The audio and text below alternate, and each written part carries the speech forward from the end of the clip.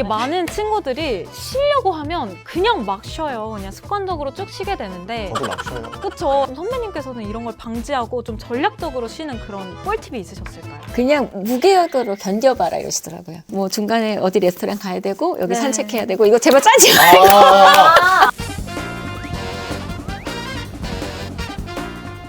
선배님의 마음가짐에 대한 이야기를 듣다 보니까 정말 독하게 공부하셨다 이런 생각이 드는데요. 혹시 사법시험을 준비하면서 좀 특별하게 기억에 남는 에피소드가 있으실까요? 저 사실 보시면 알겠지만 좀 한만한 편이거든요. 공부 자체도. 아침에 앉는 게 되게 힘든데 동선을 최소화해요. 예를 들면 뭐 메이크업 이런 거 하나도 안 해요. 아침에. 이제 모자만 딱 쓰고 바로 도서관 가서 앉으면 7시 한 10분 돼요. 7시 10분에 딱 앉아요. 그럼 여기서부터 계속 분석을 하는 거예요. 아침을 먹었을 때 안 먹었을 때. 이게 몸이 무너지면서 아침을 먹으면 머리가 이걸 소화시키느라고 그냥 자버려요. 너무 피곤하니까 일정이. 그러니까 이때부터 11시 반까지 20분까지 안 먹어요. 바나나 하나랑 커피우유 같은 것만 조금 먹어요. 그거를 다 가방에 싸놓고 자는 거예요. 그리고 놀라운 거는 아침 7시 여기 앉아요. 11시까지 화장실도 안 가요. 그리고 점심도 11시 반에 먹잖아요. 그러면 줄 길게 서잖아요. 그러면 11시 한 15분에 그 양치 도구만 딱 꽂고 나가요. 지금으로 치면 이렇게 공부할 거 들으면서. 그러면은 그때 그 시간에 나가면 혼자 먹는 사람 많아요. 그러면 전 빨리 먹거든요. 원래 빨리 먹거든요. 빨리 먹고 들어가서 딱 앉으면 11시 반이에요. 남들 줄 설 때. 남들 줄 서고 왔어 막 이러게.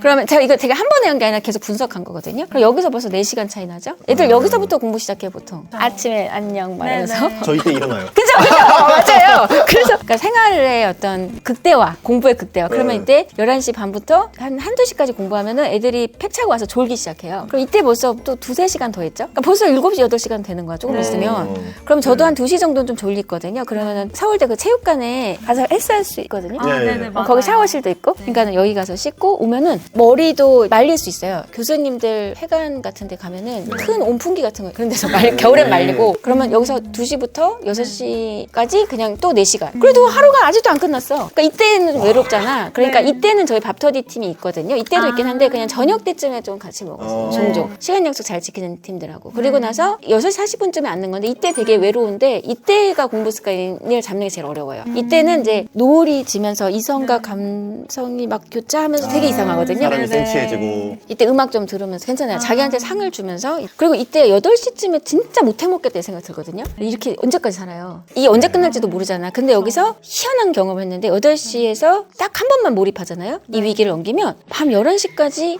언제 11시가 됐지 이렇게 돼요.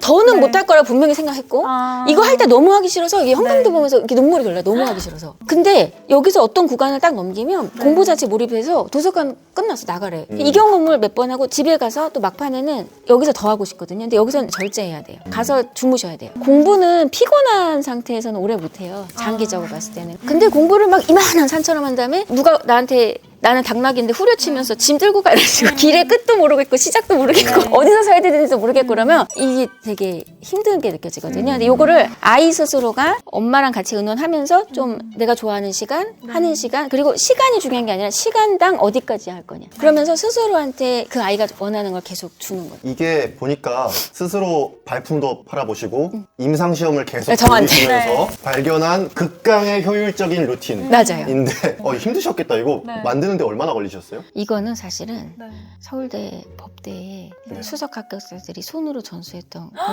공부법에다가 그걸 제가 어렵게 구했고 그리고 이 시간 배분은 제 스스로가 깨우쳤고 내가 예전에 20, 30대 왜 그렇게 해야 되는지 사실 목적 없이 한 면도 있거든요. 그냥 엄마를 위해 삶이 어두워서 근데 씨를 많이 뿌려놓으니까 성취가 계속 오잖아요. 그러면은 시간이 오히려 뒤에서 주어져요. 그거를 어렸을 때 알아야 되는데 어렸을 때 공부할수록 그 시간당 많이 얻을 수 있어요.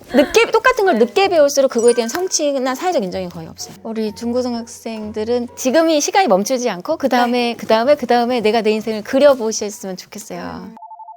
이게 많은 친구들이 쉬려고 하면 그냥 막 쉬어요. 그냥 습관적으로 쭉 쉬게 되는데 저도 막 쉬어요. 그쵸. 이게 정말 그렇게 쉽게 쉬게 되더라고요. 좀 선배님께서는 이런 걸 방지하고 좀 전략적으로 쉬는 그런 꿀팁이 있으셨을까요? 저도 이제 멘토인 박사님 있으시거든요. 대학 교수님이셔서 그냥 무계획으로 견뎌봐라 이러시더라고요. 무계획으로 견뎌봐요. 그러니까 토요일 날 하루 쉬었어 그러면은 뭐 중간에 어디 레스토랑 가야 되고 여기 산책해야 되고 이거 제발 짜지 말고 그냥 버텨보라고. 그래서 이거 했는데 진짜 좋더라고요. 사람이 나이가 들면서 체력이 좀 떨어지고 이러기 때문에 네. 약간 쉼표 같은 시간이 있어야 이게 내가 계획을 짰는데 또 이것도 안 돼 내 맘대로 그러면 막 또 자기가 싫어지거든요. 그래서 그날 하루는 그냥 흘러가는 강물도 보고 하늘도 보고 이렇게 두면 이제 좀 돼요. 이제 조금 정말 안 됐거든요. 그게 이제 좀 돼. 너무 좋아요. 그럼 우리 학생들에게도 이 방법을 그대로 적용해서 그냥 계획 없이 쉬어도 되는 건가요? 네, 제가 말씀드린 게 그거예요. 얘한테 전략적으로 부모님하고 여기까지 네. 하면 심을 주기로 했어. 그러면은 그 시간은 그 아이한테 그냥 네. 주셨으면 좋겠어.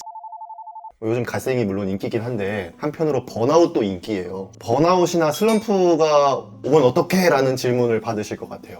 그건 혹시- 같이 네. 가는 거예요. 같이 가는 거예요? 예, 예. 왜냐면 몰입이라는 책이 있어요. 저도 지금 읽고 있는데 저는 책을 쓰거나 몰입하기 시작하면 핸드폰은 절대 안 보고 지금 여기서 흐름이 끊기면 안 되거든. 그 처음부터 다시 해야 되는 거잖아요. 그래서 몰입의 그 희열이 있어요. 그래서 뭔가 내가 여기서부터 여기까지 끝냈다라는 거. 예를 들면 글을 쓰는 것든 계획이든 다 몰입하고 있을 때 그거 끊으면 안 돼요. 간식을 갖다 주든 뭐든 그건 하면 안 돼요. 그 사람의 몰입은 한 90분 정도는 최소한 한 단위가 한 텀이 있어야 되거든요. 그래서 몰입을 할수록 번아웃은 당연히 와요. 최선을 다한 사람의 반대라는 거 그것도 분석을 해야 돼요. 나는 이 정도 일하면 이 정도 번아웃이 와. 이 번아웃을 예를 들면 해외여행 갔다 왔더니 괜찮았어. 이제 뭐 코로나면 호캉스 했더니 괜찮았어. 아니면 이것도 점점 나이가 들면 짧게 해도 괜찮아요. 자기 체력이 이제 하루도 노는 게 힘들거든요. 그러면은 1시간 낮잠 잤더니 괜찮았어. 1시간 좋아하는 영화 봤더니 괜찮았어. 이런 식으로 내 번아웃을 푸는 다양한 상황과 키를 찾아야 돼요. 네, 지금까지 선배님께서 생각하시는 공부에 대해서 좀 이야기를 들어봤는데 혹시 만약 고등학생 시절로 다시 돌아가셔도 이렇게까지 열심히 독하게 공부하실 건가요? 시행착오를 좀 줄여서 공부할 것 같긴 한데 그 시점에서 학생으로서 할 수 있는 본분은 다 잘 갈고 닦아놓을 것 같아요. 다시 이만큼 또 독하게 공부하실 수 있다? 그러면 근데 다시 안 돌아가고 싶죠. 했으니까. 아, 그쵸. 후회 없이 네. 그만큼 공부를 하신 네. 거죠. 힘든 건 사실이었죠. 힘든 건 공부 자체보다도 친구들과의 관계, 공부를 하면서도 쉴 수 있는 시간을 잡아낼 수 있다는 거, 그리고 그 시간을 내가 친구들하고도 이렇게 보낼 수 있고 그런 거에 대해서 그때는 호흡이 제가 없었어요. 아쉬운 거는 공부를 열심히 못한 게 후회되진 않고요. 그거와 삶의 균형을 지금은 이루는데 그때는 이룰 수는 없었거든요. 그때는 공부 쪽에 확 치우쳐져 있었던 그렇죠. 거고. 다른 거 하기엔 돈도 없고 뭐도 없으니까 공부를 위해서 다 모든 거는 내팽겨치는 형국이었는데 그래서 많이 외로웠던 것 같아요. 요즘은 개천에서 용난다 이 말이 참 불가능하다라고 이야기하는 사람들이 되게 많더라고요. 뭐 실제로 좋은 환경에서 공부를 하는 친구들도 많이 있는데 혹시 지금도 환경을 극복하는 게 가능하다고 생각을 하실까요? 개천에서 용난다의 그 용이 진짜 용이면 저 말은 지금도 맞아요. 왜냐면 평범한 듯한 성취? 그냥 부모 때 직업 대충 베끼는? 그 정도는 당연히 그 용이라고 말 안 하는 게 맞지 않나요? 부모님한테 얻어가는 건 용 아니잖아요. 그러니까 그렇다면 용은 지금도 나아요. 왜냐면 너무 내가 자폐적 기질이 있어서 일반 학교 다닐 수 없어서 검정고시로 그렇게 뭔가 격파하고 뭔가 개발하고 회사를 만들고 하는 엄청난 사람들이 계속 나올 거예요. 대한민국의 어떤 기업들을 이끌고 혁신을 이루는 사람들은 이 정규 교육 플랫폼을 넘어서서 그게 용인 거잖아요. 용은 그냥 용으로 태어나서 용으로 나는 거니까 용을 막을 수는 없어요. 그래서 용은 있을 건데 약간 이런 패배주의 같은 사고 있잖아요. 내가 노력해도 아무 소용없어. 그거는 멀리서 봤을 때 누가 누군지 모르는 사람이 개미를 봤을 때 관점이 가갖고 나는 많이 바뀌어요. 나는 내가 오늘 노력한 걸로 내일이 바뀌고 1년 뒤가 바뀌고 10년 뒤하고 많이 바뀌어요. 풀립하는 개미가 아니라 막 음식도 갖다 주고 막. 사람이라고 했을 때는 매일매일 노력이 나 자신을 바꾸는 건 굉장히 커요. 근데 멀리서 봤을 때 전체적인 판이 안 바뀐다고 자꾸 생각을 하는 거죠. 바뀝니다. 제가 봤을 때. 이게 좀 더 구체적으로 들어가면 제가 이런 질문도 있어서 이 환경을 극복하고 내가 공부를 시작해서 성공을 할 수 있다. 소기의 성과를 이룰 수 있다라는 것을 어떻게 하면 일깨워줄 수 있을까? 제가 중학교 때 이런 생각했어요. 영어 공부 막 하다가 이미 늦었어. 외국에 유학 가서 영어 잘하는 애도 있고 원어민도 있고 가르치는 애들 발음도. 근데 그게 지금 지나놓고 보니까 그때 제가 공부를 해서 영어 강사가 된다고 했으면 됐었을 거예요. 그러니까 이해돼요. 그러니까 우리는 자꾸 올림픽처럼 생각해서 딱 한 명만 기억날 거라고 생각하는데 이 세상에 영어를 통한 직업들이 되게 많잖아요. 네. 영어가 기본이 될 수도 있고 아니면 영어를 가르치는 게 될 수가 있고 원어민이 아닌 한국에서의 영어 선생님이 될 수가 있고 아니면 영어를 번역할 수도 있고 너무 많은데 나는 지금 모든 사람이 이겨야 된다고 생각하는 거예요. 그러니까 나의 기능에서 요게 하나 더 들어오면 좋은 거일 뿐이거든요. 그러니까 예를 들면 컴퓨터도 저는 제가 너무 늦게 배워서 계속 피했는데 이러니까 뭐가 되냐면 항상 저도 컨텐츠 만드는데 만들 때 컴퓨터를 위한 인력이 3-4명이 필요해요. 근데 제 친구 중에 변호사는 컴퓨터를 좋아하고 그냥 즐겁게 하다 보니까 그냥 탑재돼 있어요. 그러니까 사람이 필요가 없는 거야. 한 번에 자기 거를 컨텐츠 만들 수 있으니까. 그러니까 내가 이걸로 세계 경기 나가는 게 아니라 이 기능이 나한테 들어오면 들어올수록 나의 본질적 일을 할 때 편한 거죠. 그러니까 늦었어 라는 거는 약간 누구를 갖고 얘기하는 건지 잘 모르겠어요. 나를 놓고 봤을 때는 늦었다는 거는 없는 거죠. 왜냐면 제가 만약에 요리를 잘할 줄 알면은 아침에 일어나서 냉장고를 도와줘 그러면서 냉장고에서 뚝뚝 해줘. 그 로망이 있거든요. 만약에 그걸 제가 어렸을 때부터 잘 해버릇했으면 정말 멋진 엄마이기도 하고 가정적인 엄마도 될 수도 있었을 거죠. 근데 지금은 그러니까 배달하는 엄마. 근데 그 기능 하나하나를 배울 수 있는 거는 좋은 거고 누구보다 늦었다는 거는 막연한 생각인데다가 그 누구보다 먼저라는 그 사람이 언제 죽을지 몰라요. 저도 사람은 다 똑같이 살고 똑같이 죽는다고 생각했는데 사람은 다 한 명 한 명의 삶을 살고 있고 이 사람의 삶이 내 역할을 가져가는 것도 아니고 이 사람이 이 직업을 갖는다고 해서 내 직업이 없어지는 것도 아니에요 사실은. 그리고 한 분야에서 같은 반을 이뤘던 친구가 공부도 나보다 잘하고 그래서 먼저 판사가 됐어요. 그럼 그 친구보다 내가 영어도 못했고 뭐도 했는데 나는 내 분야에서 되게 잘 나가요. 그 친구와 좋은 관계 있을 수 있고. 근데 여러분이 공부할 때 자꾸 똑같은 자리에서 똑같은 경쟁을 할 거라 생각하는데 여기서 그냥 같이 한 팀을 이뤘다가 국제 경기에 각각 흩어져서 그 기능 출전처럼 되는 거죠. 네. 직업이 되는 거고. 그렇게 생각했을 때는 늦는 거는 네. 전혀 없다.